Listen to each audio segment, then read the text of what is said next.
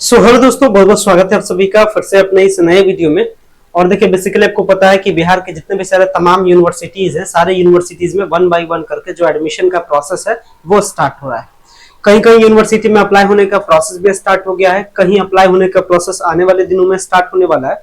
तो ऐसे में कई सारे सवाल है जो आपके मन में आता है और इसमें से कुछ सवालों को इस वीडियो में हम लोग कवर करने वाले हैं। जैसे सवाल ये है कि एडमिशन के टाइम में जब आप जीत चुके एडमिशन, जो भी किसी भी यूनिवर्सिटी में आप एडमिशन का प्लान कर रहे हैं, चाहे आप पटना यूनिवर्सिटी में प्लान कर रहे हो, पाटलिपुत्रा में कर रहे हो, ललित नारायण मिथिला में कर रहे हो, वीर कुंवर कर रहे हो, मगध कर रहे हैं, तिलका मांझी कर रहे हैं, लगभग जो बिहार में यूनिवर्सिटीज है लगभग 17 से 18 यूनिवर्सिटीज है। और इन तमाम सारे यूनिवर्सिटीज में अगर आप एडमिशन लेने के लिए चाहते हैं तो क्या कई सारे इसमें सवाल आते हैं। जैसे डॉक्यूमेंट्स क्या क्या जरूरत पड़ेगी, पैसा कितना लगेगा, कोर्स 3 साल का या 4 साल का है, एडमिशन लीजिएगा तो कौन कौन सा सब्जेक्ट पढ़ना होता है, अगर आपका कम परसेंटेज है तो एडमिशन कैसे होगा, क्या एक साथ सब जगह अप्लाई कर सकते हैं। तो कई सारे सवाल कैंडिडेट के मन में आ रहे हैं और कैंडिडेट इसको लेकर के लगातार कमेंट्स के माध्यम से या फिर नीचे दिए गए नंबर्स के थ्रू क्या करें, वो कांटेक्ट करें और चीजों को समझ रहे हैं।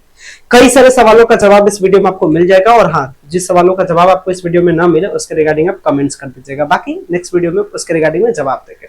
और स्टार्ट करते हैं इस वीडियो को। सो गाइस, अगर चैनल पे पहली बार विजिट किया, चैनल को जरूर सब्सक्राइब कीजिएगा ताकि इस तरीके के इंफॉर्मेटिव कंटेंट रिलेटेड वीडियोस आपको बिहार के किसी भी हायर एजुकेशन के लिए आपको मिल सके। तो सबसे पहली बात, इंट्रोडक्शंस के साथ चलते हैं। बिहार में हायर एजुकेशन करने का मतलब होता है जो क्लास 12 के बाद का एजुकेशन होता है उसको जनरली हम लोग हायर एजुकेशन करते हैं।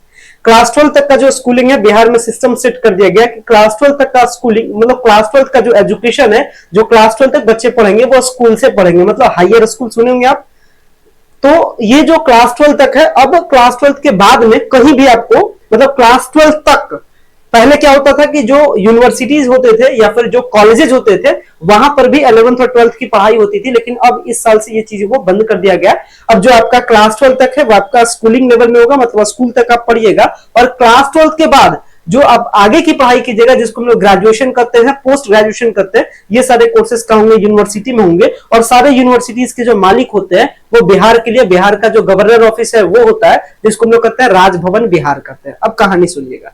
इस तक अभी जो बिहार में टोटल नंबर ऑफ यूनिवर्सिटीज है इसकी डिटेल आप निकाल सकते हैं। बिहार गवर्नर, ये जो साइट है राजभवन का, इस राजभवन के साइट पे आइए। साइट पे आने के बाद यूनिवर्सिटीज पे क्लिक कीजिए और टोटल यूनिवर्सिटीज जो बिहार में होंगे रजिस्टर, ये सारे यूनिवर्सिटीज का क्या कर जाएगा, आपको लिस्ट दिख जाएगा कि total number of universities Bihar में कितने हैं। अगर टोटल नंबर ऑफ यूनिवर्सिटीज के बारे में बात कीजिएगा, लेटेस्ट आज तक का मैं आपको दिखा रहा हूं, टोटल 17 यूनिवर्सिटी है, ठीक है। तो अगर आप चाह रहे हैं एडमिशन लेने के लिए इस बार में, तो सबसे पहला सवाल, आपका जहां जहां मन करे वहां वहां आप अप्लाई कर सकते हैं। इसको लेकर के कोई कंडीशन नहीं है कि आप एक ही जगह अप्लाई कर सकते हैं, नहीं। सबसे पहला सवाल का जवाब आपका यही है कि आपका मन हो तो ये 17 के 17 में आप अप्लाई कर सकते हैं, ये आपकी मन है। एक बार तेजी से मैं पढ़ देता हूं कौन कौन कहां से यूनिवर्सिटी, कौन कौन कहां का यूनिवर्सिटी है। बिहार यूनिवर्सिटी कहां का है, मुजफ्फरपुर का है। बीएन मंडल यूनिवर्सिटी का है, भूपेंद्र नारायण मंडल जिसको हम लोग कहते हैं, मधेपुरा का है। जयप्रकाश यूनिवर्सिटी छपरा में है। केएसडी यूनिवर्सिटी दरभंगा में है। एलएन मिथिला यूनिवर्सिटी जिसको हम लोग ललित नारायण मिथिला यूनिवर्सिटी कहते हैं, कहां है, दरभंगा में। मगध यूनिवर्सिटी कहां है, बोधगया में। इसके बाद अरबिक एंड पर्शियन यूनिवर्सिटी कहां है, पटना में है। नालंदा ओपन यूनिवर्सिटी कहां है, नालंदा में चला गया। इसके साथ पटना यूनिवर्सिटी कहां है, पटना में। तिलका मांझी भागलपुर यूनिवर्सिटी भागलपुर में। वीर कुंवर सिंह यूनिवर्सिटी कहां है, आरा में है। आर्यभट्ट नॉलेज यूनिवर्सिटी पटना में है।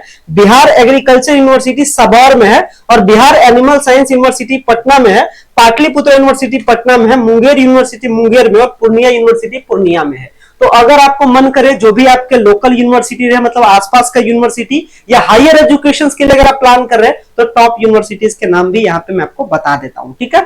अगर आपके लोकल में रहे तो आपको लगे कि नहीं चलो मेरे को बस ग्रेजुएशन करना, ज्यादा हमको पढ़ने लिखने से मतलब नहीं, बस डिग्री लेने से मतलब है, तो आप टॉप के चक्कर में नहीं रहे, जो भी आपके नजदीक है उसमें आप एडमिशन ले लें। लेकिन अगर आपको लगता है नहीं हम करेंगे तो अच्छा यूनिवर्सिटी से करेंगे, टॉप यूनिवर्सिटी से करेंगे, तो वैसे में सबसे नंबर 1 पूरे बिहार की सबसे पहले पटना यूनिवर्सिटी, फिर पाटलिपुत्र यूनिवर्सिटी, फिर दरभंगा की ललित नारायण मिथिला यूनिवर्सिटी। ये मैं टॉप 3 आपको बताया हूं, इस पर बहुत अच्छे से डिस्कस किए। एक और वीडियो है जो मैं लास्ट में आपको दे दूंगा। चलिए, ये वाला डिस्कशन खत्म हो गया। अब चलते हैं एडमिशन प्रोसेस को लेकर के। देखिएगा, कहानी को सही से समझिएगा। इसी राजभवन वेबसाइट में यानी पिछले साल राजभवन ने क्या कर दिया था, बिहार में हायर एजुकेशन का जो करने का जो सिस्टम था उसको पूरा चेंज कर दिया था। मतलब पहले का जो ग्रेजुएशन होता था वो 3 साल का है, अब का जो ग्रेजुएशन वो 4 साल का हो गया। और 4 साल का क्या रियल बात है, क्या इसके अंदर की बात है, अभी सारा बात करेंगे। और ये सारा जो सर्कुलेशन है, मतलब ये जो 3 साल से जो 4 साल का ग्रेजुएशन हुआ था, इसका जो ऑर्डिनेंस मतलब जो रूल्स एंड रेगुलेशन आया वो बिहार गवर्नर की वेबसाइट पे बहुत सिंपल है। आपको क्या करना है, गूगल पे जाकर के लिखेगा राजभवन बिहार, राजभवन बिहार। जैसे आप लिखिएगा सबसे पहला साइट खुल जाएगा, इस साइट को खोलिए, यही राजभवन बिहार का वेबसाइट है। और यहाँ पे आने के बाद में देखिएगा, यहाँ पे आने के बाद में आपको मिलता है प्रकाशन, यहाँ पे देखिएगा, यहाँ पे आपको मिलेगा दस्तावेज करके, ठीक है। और दस्तावेज में आकर के आप सिंपली से क्लिक कहां कर दीजिएगा, अधिसूचना में, या फिर इंग्लिश मीडियम हिंदी मीडियम दोनों मीडियम इसका वर्जन है।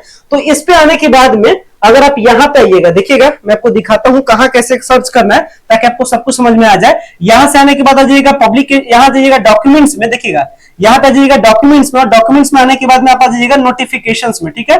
यहां पे रेगुलेशंस में, डॉक्यूमेंट्स में आने के बाद रेगुलेशंस पे क्लिक कीजिएगा, तो जितना भी सारा रेगुलेशंस है अभी तक का, ये सारा रेगुलेशंस का क्या हो जाएगा, इस तरीके से लिस्ट आपको खुल जाएगा। और इस लिस्ट खुलने के बाद में आपको क्या कर जाना है, यहां से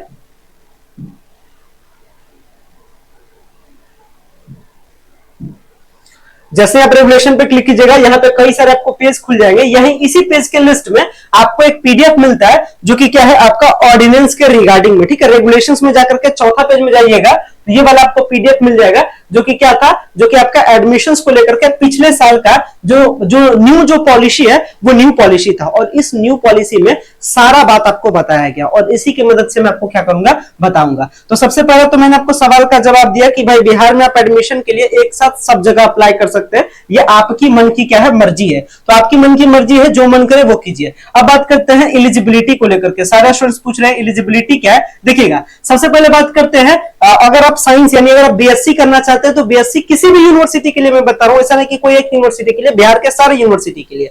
तो अगर आपको साइंस से अगर आपको करना है तो आपका 12th क्या होना चाहिए, साइंस होना चाहिए, और बस आप पास होने चाहिए। पास होने का मतलब 45% होना चाहिए। हाँ, ये जरूरी नहीं कि 45% है तो आपका एडमिशन हो ही जाएगा, क्योंकि कट ऑफ वो कॉलेज बनाएगा।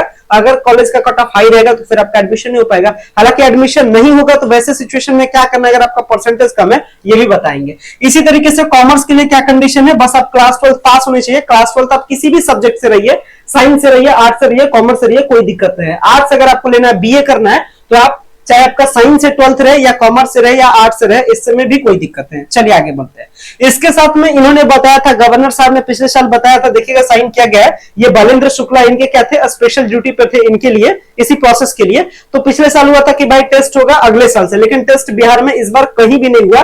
पटना यूनिवर्सिटी में होने वाला भी था, तो यही गवर्नर साहब क्या कर दिया, रिजेक्ट कर दिए, इस प्लान को पोस्टपोन कर दिया। तो इस बार बिहार में किसी भी यूनिवर्सिटी में एडमिशन लेने के लिए टेस्ट देने का सिस्टम नहीं है। चलिए आगे बढ़ते हैं। अब अगली बात करते हैं, तो ये टेस्ट लेने का तो सिस्टम नहीं है, इसको बंद कर देते हैं। अब बात करते हैं टेस्ट में आपको मतलब एडमिशन लेने के टाइम में पैसा कितना लगेगा। इस पीडीएफ में बताया गया था एडमिशन के टाइम में पैसा। देखिएगा ये है सेमेस्टर 1। आपको पता है कि बिहार का जो ग्रेजुएशन जो सिस्टम हुआ है, अब वो क्या बदल गया, ये चला गया सेमेस्टर में। अब जो नया सिस्टम है इसके साथ में अब आपका ग्रेजुएशन क्या हो गया, 4 इयर्स का हो गया, और हर साल में 2 सेमेस्टर होता है। पहला सेमेस्टर, दूसरा सेमेस्टर, ये पहला साल में, दूसरे साल में क्या हो जाएगा, तीसरा सेमेस्टर, चौथा सेमेस्टर, इसी तरीके से 8 सेमेस्टर आपका चलेगा 4 साल में।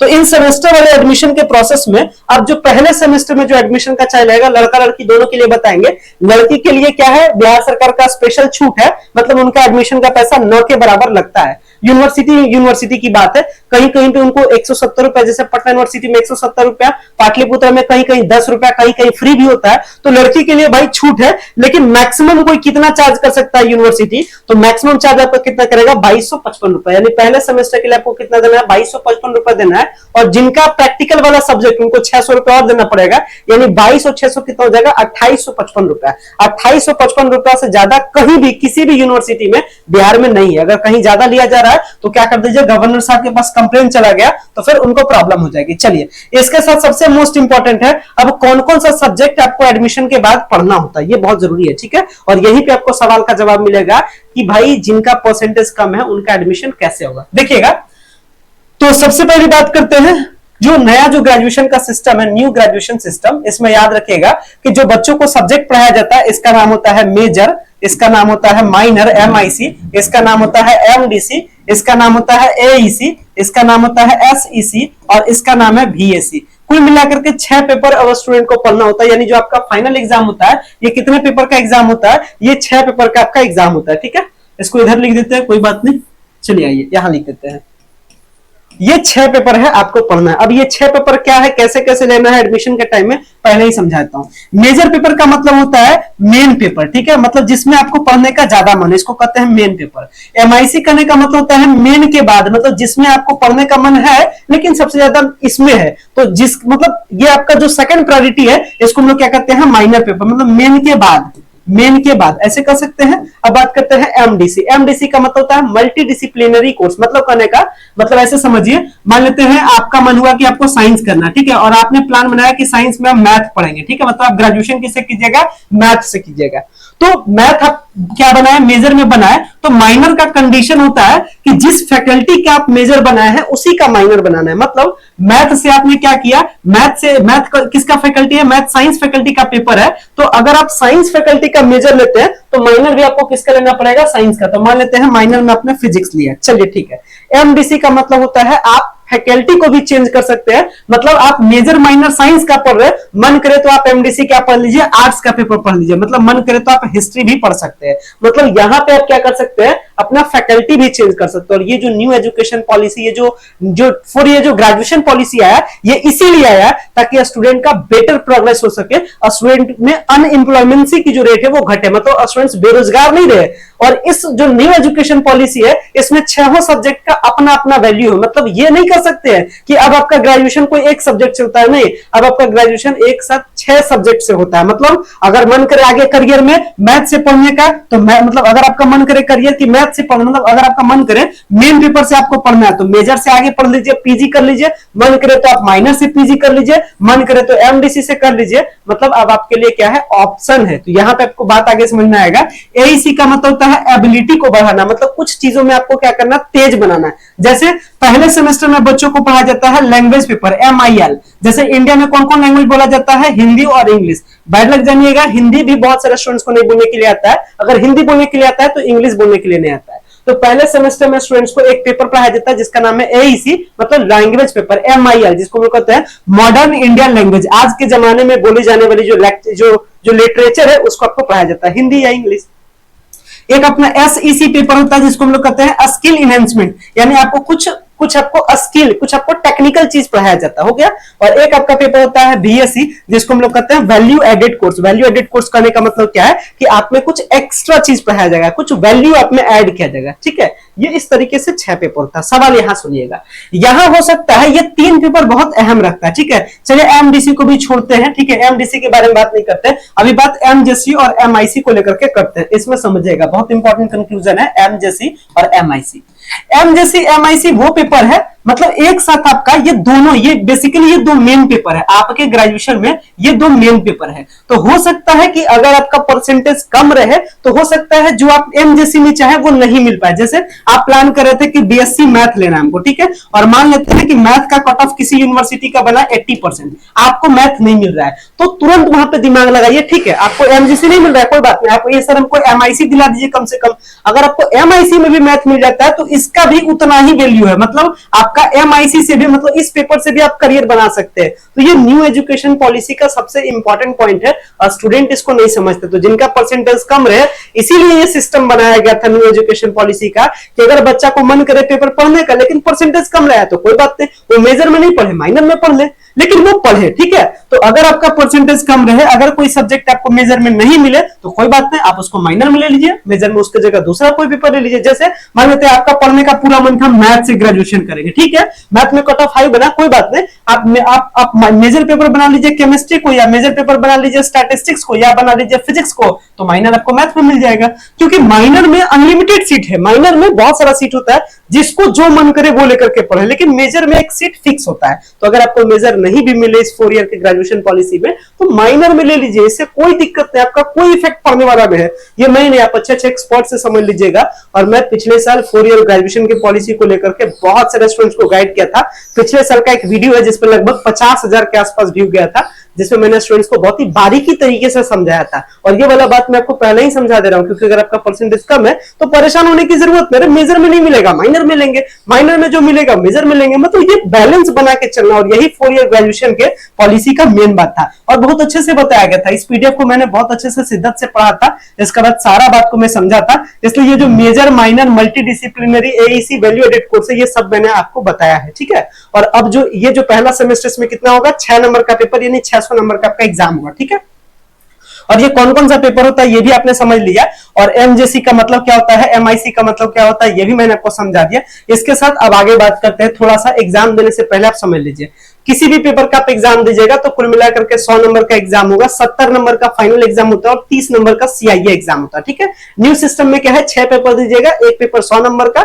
100 नंबर का जो पेपर है उसको 2 पार्ट में तोड़ा जाता है। 30 नंबर का आपका सीआईए होता है जो कॉलेज में होगा, और 70 नंबर का पेपर होगा सेंटर पे होगा, फाइनल सेमेस्टर का एग्जाम होगा। कुल मिलाकर के कितना सेमेस्टर है, 8 सेमेस्टर है। तो ये जो पूरा जो बात था इसको लेकर के कई सारे पॉइंट्स को कवर किए हैं। इसमें एडमिशन को लेकर के बात करें कि भाई एडमिशन को पैसा तो मैंने बता दिया। अब एडमिशन लेने के टाइम में सबसे पहले आपको पता है, कहीं भी एडमिशन लेने के लिए सबसे पहले आपको फॉर्म अप्लाई करना होता है, और फॉर्म अप्लाई करने के बाद उस कॉलेज का या उस यूनिवर्सिटी का मेरिट लिस्ट आता है, जिस भी यूनिवर्सिटी में आप सोच रहे हैं, और मेरिट लिस्ट में आपका नाम होता है। तब आप क्या करते हैं, कॉलेज जाकर के एडमिशन लेते हैं। तो अप्लाई करने के टाइम में कौन कौन सा डॉक्यूमेंट चाहिए, एडमिशन लेने के टाइम में कौन कौन सा डॉक्यूमेंट चाहिए, इसको लेकर के मैंने एक पटना यूनिवर्सिटी को लेकर के वीडियो बनाया था, उस यूनिवर्सिटी का वीडियो देख लीजिएगा। तो सारे यूनिवर्सिटी में सेम प्रक्रिया है, तो वो वाला भी वीडियो में क्या कर दूंगा, अटैच कर दूंगा। यहाँ पे मैं अभी 2 वीडियो अटैच करूंगा, लास्ट में ये 2-3 वीडियो जरूर देख लीजिएगा। पहला एक डॉक्यूमेंट वाला वीडियो अटैच कर दूंगा, दूसरा 4 ईयर का ग्रेजुएशन होता क्या है पूरे अच्छे से डिटेल में बताए हैं, ठीक है, इसको देख लीजिएगा। 2-3 वीडियो है लास्ट का, इसके साथ टॉप यूनिवर्सिटी बिहार में कौन कौन सा है इसको भी देख लीजिएगा, 1, 2, 3, और ये वाला पूरा वीडियो देख लीजिए, 4 वीडियो देख लीजिएगा, बहुत सारा बात आपको समझ में आ जाएगा, ठीक है। और बाकी जो डाउट्स रहे कमेंट्स में बताइए, ताकि अगले वीडियोज में वो सारे कमेंट्स का क्या कर सके, उस पर बेस्ड आपके लिए वीडियो बनाए, ताकि सारी चीजें आपके लिए कवर हो सके, ठीक है। मिलते हैं अपने फिर अगले नए वीडियो में। और अगर आपको वीडियो पसंद आया होगा, वीडियो लाइक कीजिएगा, चैनल पर पहली बार विजिट किया चैनल को सब्सक्राइब कीजिएगा। और बिहार के किसी भी यूनिवर्सिटी में एडमिशन लेने के लिए, डायरेक्ट एडमिशन लेने के लिए, आपका परसेंटेज कम है या कुछ भी प्रॉब्लम हो, अगर आपको एडमिशन किसी भी पटना, पाटलिपुत्रा, पटना वुमेन्स, किसी भी कॉलेज यूनिवर्सिटी में एडमिशन लेना रहे, नीचे आपको नंबर शो कर रहा है, उस पर आप कांटेक्ट कर सकते हैं। या फिर पटना या किसी पटना में अगर आपको ऑनलाइन क्लास पीडब्ल्यू या फिर फिजिक्स वाला हो, चाहे फिर आपका कोई भी ऑनलाइन या ऑफलाइन बैच हो, पटना का किसी भी कॉलेज, किसी भी यूनिवर्सिटी, किसी भी कोचिंग क्लास में आपको विद प्रॉपर डिस्काउंट के साथ एडमिशन दिलाने की भी फैसिलिटी है। तो आप क्या कर सकते हैं, इसके लिए नंबर पे कांटेक्ट कर सकते हो और अच्छी खासी छूट पा करके आप क्या कर सकते हैं, एडमिशन ले सकते हैं, ठीक है। फिलहाल इस वीडियो को इन करते हैं। So much, thank you.